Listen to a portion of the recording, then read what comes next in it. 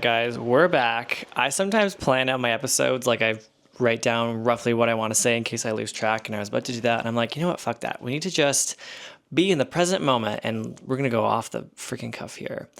I am asking you, why do you hide your authentic self? Why do you choose to hide yourself? That's what this video is going to be about today. And I just felt like there was this message that needed to come out. Why do you, someone who has unique gifts, strengths, abilities, choose to hide what makes you who you are? And this is going to sound pretty harsh, but why are you being a little bitch and being scared of what other people will think of you? Why are you being a little bitch and hiding yourself? Why are you being a little bitch and choosing to play into your insecurities when you have free will? Why are you using your free will to play into your insecurities? Why? And I'm sorry if that sounded harsh, but somebody needs to hear it that way. Why are you choosing to hide your true self? Why are you using your free will to hide the parts of yourself that make you authentically you? If you are smart and intelligent, why do you shrink that part of yourself? Why don't you speak up when you really know the answer to something? Because you're afraid that you'll put somebody else down? Because you'll be afraid that maybe you're wrong this time? Why, if you have natural beauty, why do you talk yourself out of it? Why don't you accept a compliment? Why don't you feel into the experience of feeling beautiful, of being beautiful? Why don't you love yourself enough to acknowledge that I have an amazing body. I have a gorgeous face. I have an ass that won't quit. Why can't you acknowledge your strengths? And then my next question to you is, who taught you to not own those parts of yourself? Who taught you to be insecure about parts of yourself? Who taught you to be humble to a degree that then veers into self-sabotage? There's nothing wrong with being humble. There's nothing wrong with just not being gloating of what you have. But it is wrong to not accept the best parts of you. It is wrong to shrink the best parts of yourself and to hide those parts of yourself. It is a disservice to not offer the world the parts of you that make you uniquely you. Let me give you a goddamn example. I myself have always had these abilities to be intuitive, to channel, even mediumship.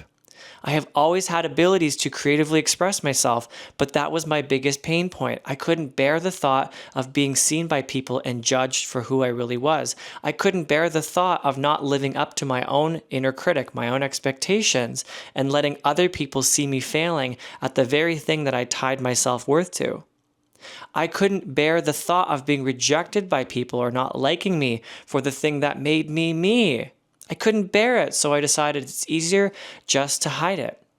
But how ironic that all those parts of myself that made me uniquely me were the parts that I needed to bring out in order to come fully alive, in order to be my true self, in order to channel my true essence. But I could never do that if I was still being a little bitch and hiding myself. I could never do that if I was still using my free will to shrink myself, to play into my insecurities, to listen to what other people said, and to believe the thoughts in my head as my own. Because that's the catch-22, that the thoughts that are playing in your head are not your own. They are playing like a tape recorder in your voice, but they are the words of your parents, of your teachers, of your friends on the playground, of your childhood bully. They are the words of somebody else that you have internalized and now made about yourself. And what a disservice it is to let them go unchecked. What a disservice it is to let you bully yourself because you were once bullied. What a disservice it is for you to abandon yourself because you were once abandoned. What a disservice it is to treat yourself the way that you were treated by another. But do you realize how you do that? Do you realize how, by feeding into your insecurities, by using your free will to talk down about yourself, by using your free will to hide your true authentic self, by using your free will to punish yourself, do you realize how backwards that is?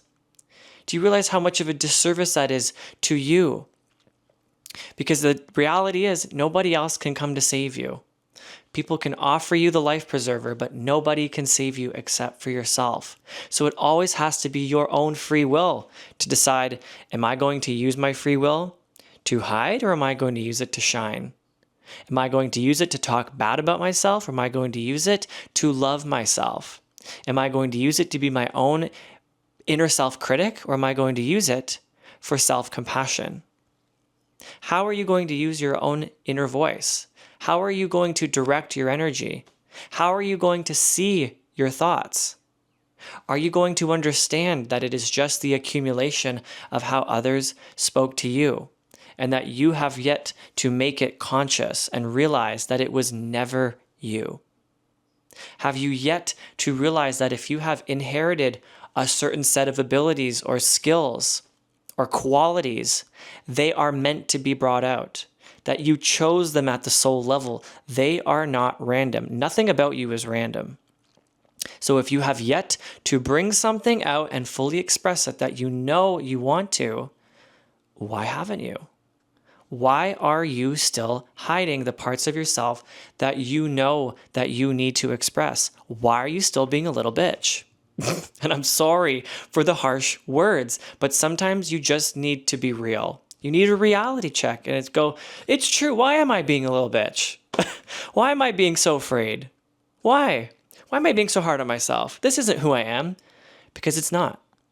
You came into this lifetime with certain skill sets, personality traits, your looks, and you came here to use those to progress your soul's evolution, to progress your mission here on earth. You came here with a blueprint for your life from other lifetimes that you are now here to accomplish something, to overcome something, to work through something and work on something, to work with other people on something. You came here with a divine mission. But why are you not using it? Why are you still talking to Joe, Bob, and Sally and letting them feed into your insecurities too, when you could just shine your goddamn light and be your own hero? Why are you not doing that yet? Why are you using your free will to talk bad about yourself? And it always comes back to your relationship to self. It always comes back to how you were raised, how other people spoke to you. So are you going to let them win? Are you going to let the fear win, the insecurity win, the doubt win? Or are you going to use it as your fuel? Are you going to see why at the soul level you chose those experiences with other key players in your life? To see how they were trying to push you into your power, not consciously because they were just abusive, but from the soul level. Why did you contract those experiences in? Why did you contract those people in? The ones who were the most brutal, the most narcissistic, the most abusive were the ones that were offering you the lessons. They were offering you the opportunities to see yourself in a new way, to choose differently, to choose yourself. It all comes down to a choice of, are you going to pick yourself this time? Are you going to pick yourself this time? Or are you going to continue to outsource your power externally? Are you going to continue to choose to be weak? Yes, choose to be weak. It's all a choice at the end of the day. You choose your personality traits, you choose your insecurities, and you choose to perpetuate them. You choose to feed into them, whether you realize it or not.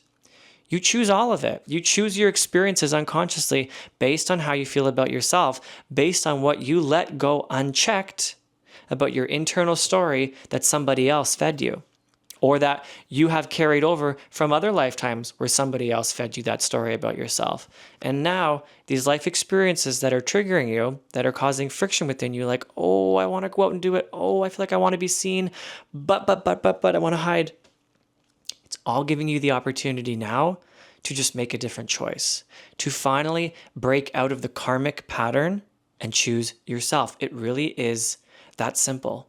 So why don't we then? If I'm saying it's simple, then somebody has the very valid question of, well, I just can't do it because you're still too practiced at imposing these limiting self-beliefs on yourself. You're still too practiced at believing that what other people say about you or think about you is God's law. You're still just practiced at needing the opinions of others about you to be highly favorable. You're still practiced at gaining your energy from other people. You're still practiced at outsourcing your skills to other people. It's just practice. These are habits, and you have to realize that every day you make constant decisions that you are just not aware of what you're really doing. If you are choosing yourself, if you are insourcing your own power, or if you are outsourcing it to others, if you are feeding into delusion, essentially, if you are feeding into the agenda of others. Every day you have that choice in micro moments. It's not this big lofty concept of, I have to change my life now and my whole future trajectory. Why not focus on the present moment? Why not focus on the present moment? Because that's all that's real. And realize I have the power now to make a different decision for myself, for my life. I have the power now to say no to something that I used to feel obliged to say yes to.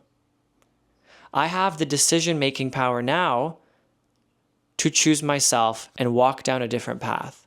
And I do so by caring enough about the way that I feel, by caring enough about the relationship to myself to do things that are unfamiliar, that are scary, saying that I choose to walk the path of the unfamiliar in pursuit of heaven, rather than continuing to go back to the familiar hell, rather than continuing to go back to all the people that ground me back in my old traits and the old quirks and playing it small and outsourcing my power and needing validation and needing approval.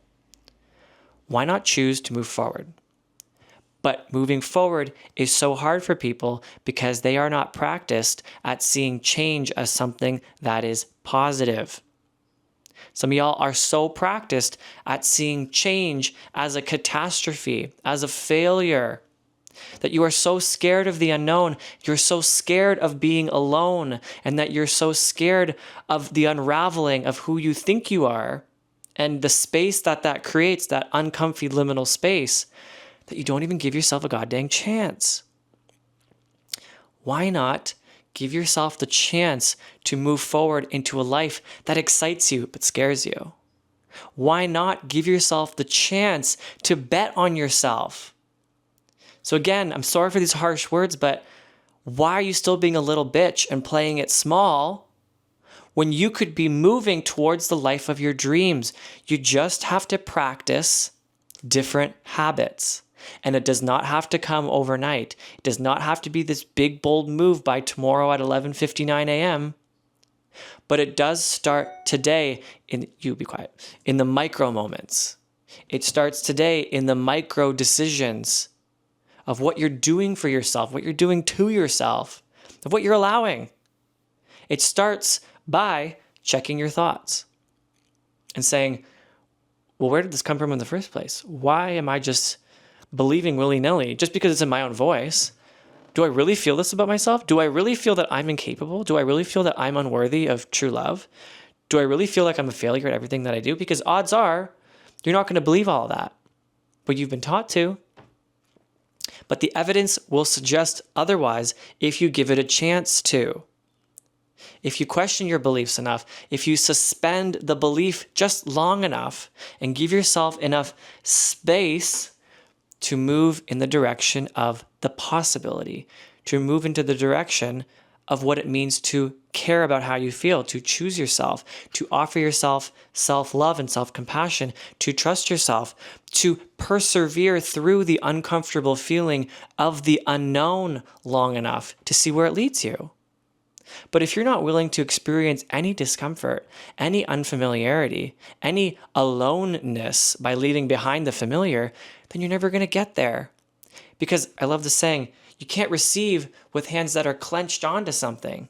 If you're still grasping at the past and all the people from your past and all your circumstances from the past, where is the new life going to go? Your hands are full. They're clenched. You can only receive what you've been calling for when your hands are open. The life that you are calling in is being blocked by what you have been unable to let go of. The life you're calling in is being blocked by what you have still been unable to let go of. Why are you so afraid of the unknown? Why are you so afraid of being your true self?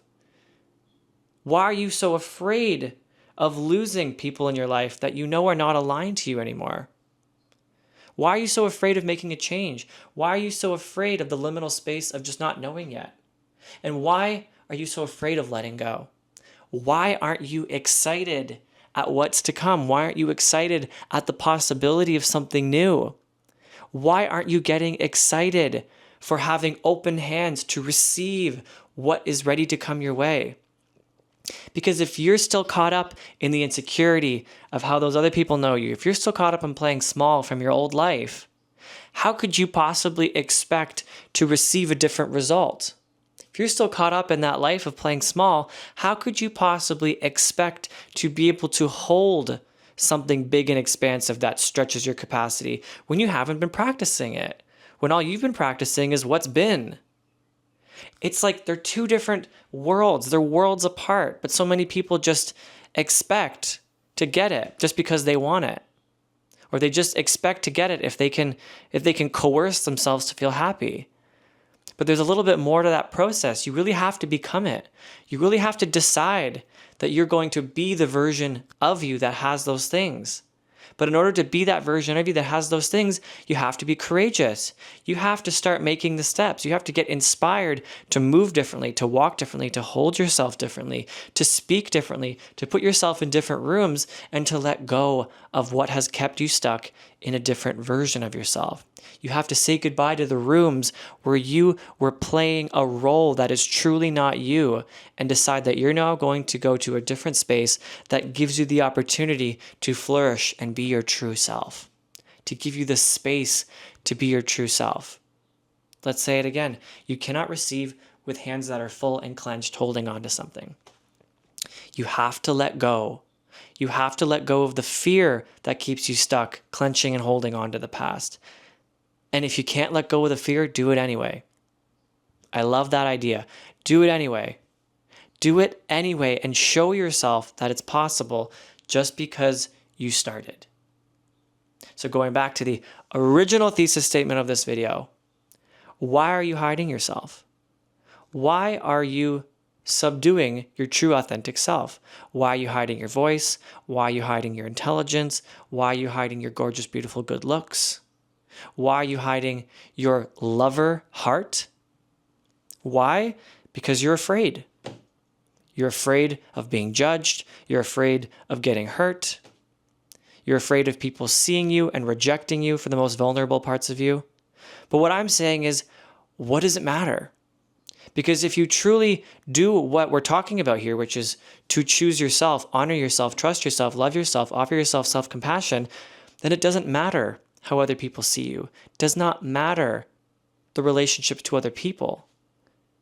Because if it's conditional on the way that you have to be, then that's not a real relationship in the first place. It's just not. You want real love. You want real connection. You want that with others and you want that with yourself. But you have to set the tone for that first.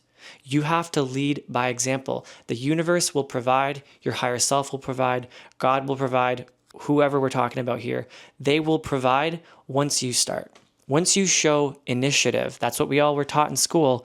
You have to show initiative first, and then you will receive help, and then the path will be made clear, and then the opportunities will come in.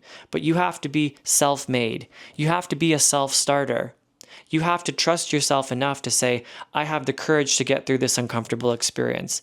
I trust myself to handle whatever comes up on the way, and I trust that it will be of my best interest, no matter what. That is the bottom line. That is the bottom line. Anyway, I'm tired of talking now, so that's the tea. If you love this video, give it a thumbs up and a heart. Please give a comment. I'd love to know what you thought. Thank you so much for getting to the end of this video at 19 whole minutes. And I have my beacons link in my description. I offer courses, one-on-ones, different types of sessions, soul readings. I do group channelings that are just donation-based twice a month. It's all awesome. It's all really fun. And I just thank you for being here if you've gotten this far. And subscribe. All right. Well, I love you all. And until we have another video or rant, whatever you want to call it. Okay.